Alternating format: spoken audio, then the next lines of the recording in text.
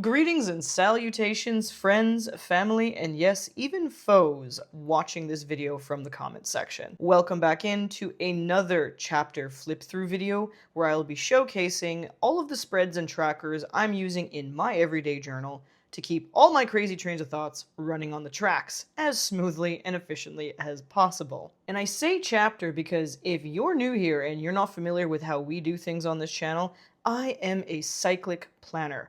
I don't follow the typical standardized calendar month system anymore. This is an experiment that I've been running all of 2026 thus far, and I've been having a great time with it because it allows me to make sure all of my time management in my journal is exactly the same amount of space and exactly the same amount of time. It just helps me visualize how much progress I can make when it comes to achieving my goals, or as I call them, my quests. And for all the newbies in the crowd as well, I'm Howie. I'm a professional reader of tarot cards and astrology. I am a chronic non-reader of horror fiction in my spare time, and as you can plainly see by this video, I'm a huge planning enthusiast, because this book is what helps me keep myself on track moving towards my quests. Without further ado, let's dive in and see what was going on in Chapter 4 of 2026, which if you saw my last flip through, you saw I was using this absolutely gorgeous Phoenix type of spread because it was Aries season. I had to go with something super fiery. So here is what the overall chapter spreads look like all filled out. And with that, we're going to close this out with my end of chapter reflection. Reflection is a very important part of this process for me. And I also started doing an end of week tarot spread as well. So I'm going to need to fill these out very soon because I am a little bit behind schedule. It is very much the start of chapter 5 for me as I'm filming this. So once this video is all said and done, I'm diving straight into this and filling out my reflection with all of the things I've accomplished, all of the things that maybe I didn't quite get a chance to get to, and then plot out what needs to get done in the next chapter. And speaking of that next chapter, we are going with a very fresh but very cool colored palette for this chapter, which, as you can see, runs from April 27th to May 24th.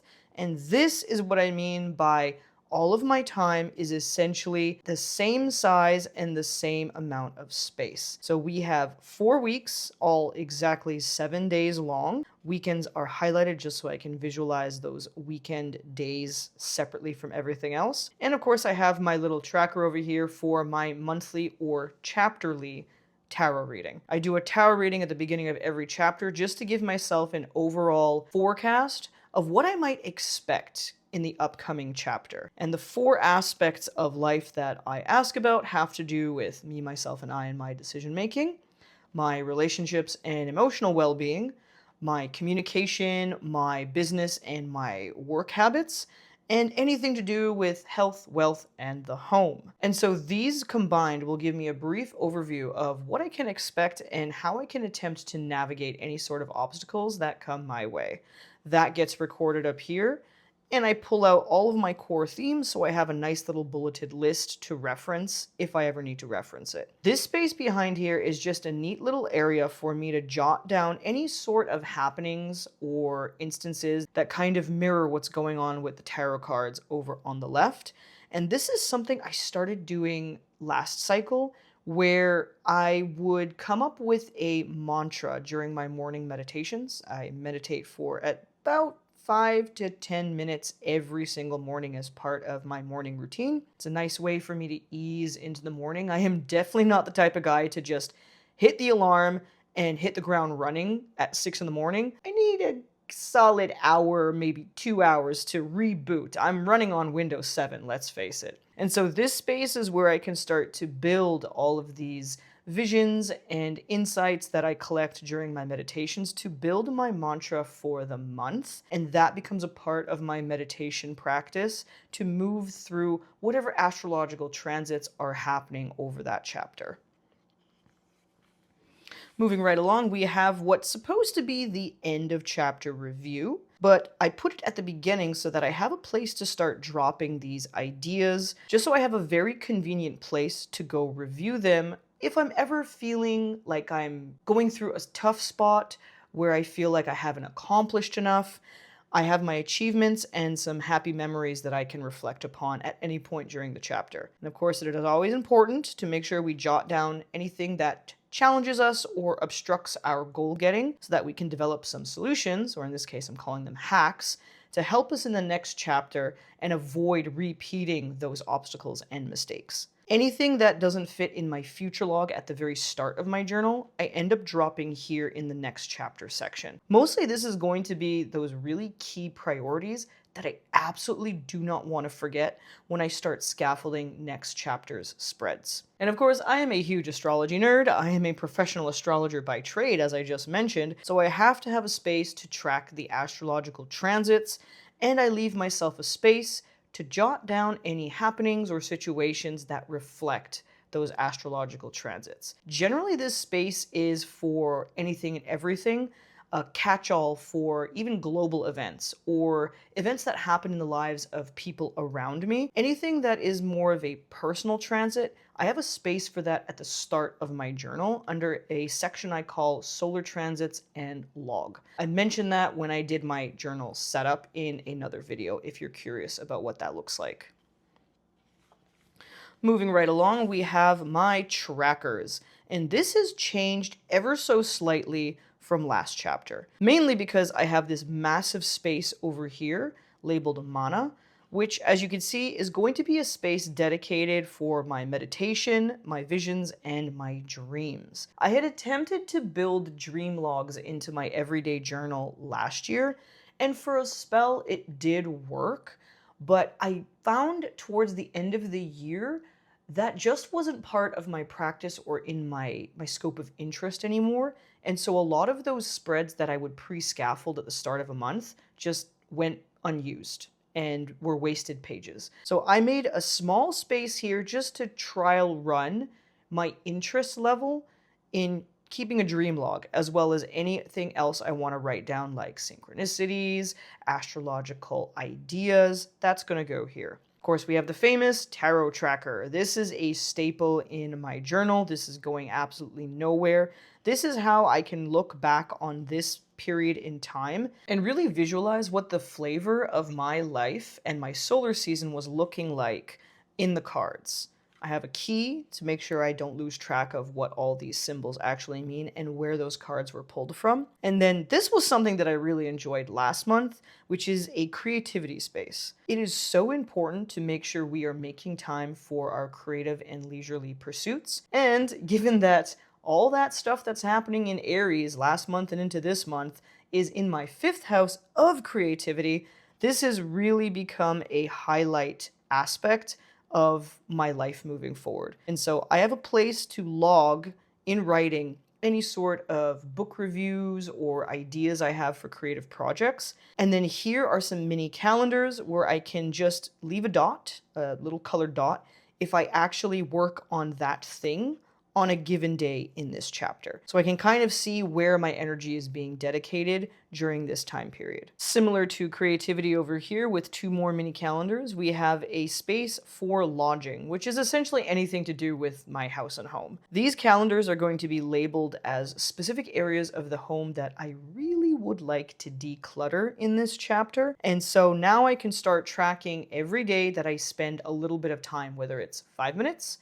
or a full hour or 2 working on decluttering, tidying up, and cleaning out that particular space. And of course, as much as I would love to put a tracker for every corner of my home, I don't feel that that is realistic. It is just going to make me feel overwhelmed. And so shrinking this space and forcing me to pick only 2 things to work on in this chapter is really important to making sure that I manage my time and also my mental health while tackling it too.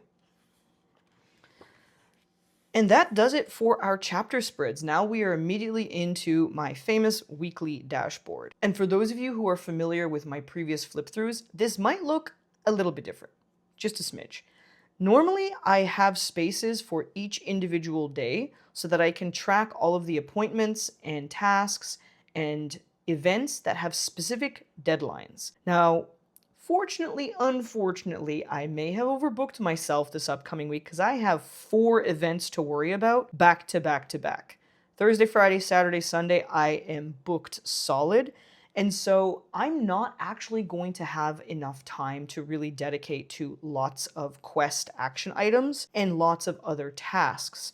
So rather than wasting space and trying to plan on what specific day I'm going to do things, I'm just going to do a master list of action items and tasks and events over here on the right and tick them off as they occur during the week. Of course, I have my card icons. I do daily tarot pulls every morning after meditation as part of my practice. And then I wanted to pull out the 2 cards from my chapter spread that correspond to this week, just as a reminder to say, hey, overall, this is kind of the forecast you can expect. This is going to guide you through every daily pull that you do this week. We have a space for my rituals or my daily routines. We have a space to capture those tiny wins. I am all about that positive mental attitude on this channel, and so even the smallest of victories are important to keep in mind.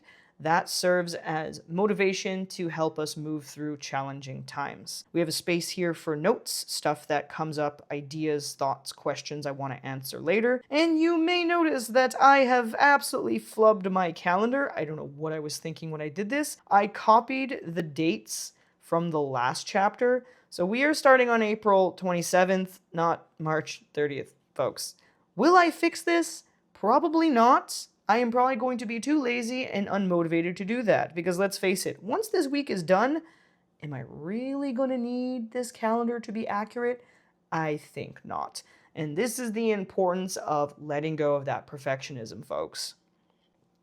And last but not least, we have my journaling space for all of my daily tarot pulls. And I don't give myself a limit for how much I write here, so I will probably end up doing these second line highlights on a whole other spread just to make sure I have enough room for all 7 days moving forward. This is basically the equivalent of doing a morning pages practice. Anything that's on my mind, anything about asking myself if my quests are being completed, if I feel good about the quests that I've chosen this chapter, it's all going to be put down here every morning as I sit with my morning cup of coffee.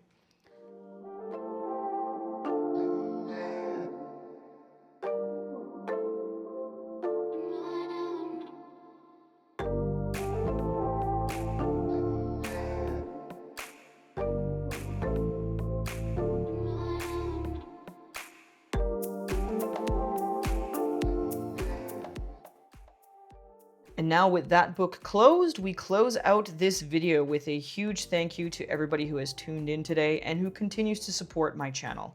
I appreciate each and every one of you. Please feel free to like, share, and subscribe if any of my content resonates with you. And if you need more of a journaling content fix, you can also check out my playlist of all of my previous flip-throughs, including some videos on inspiration for your own tarot journal. I can't wait to see all of you in the next video, but until then, have a fantastic day, a fantastic chapter, happy planning, and don't forget to take care of yourselves and each other, especially in times like these.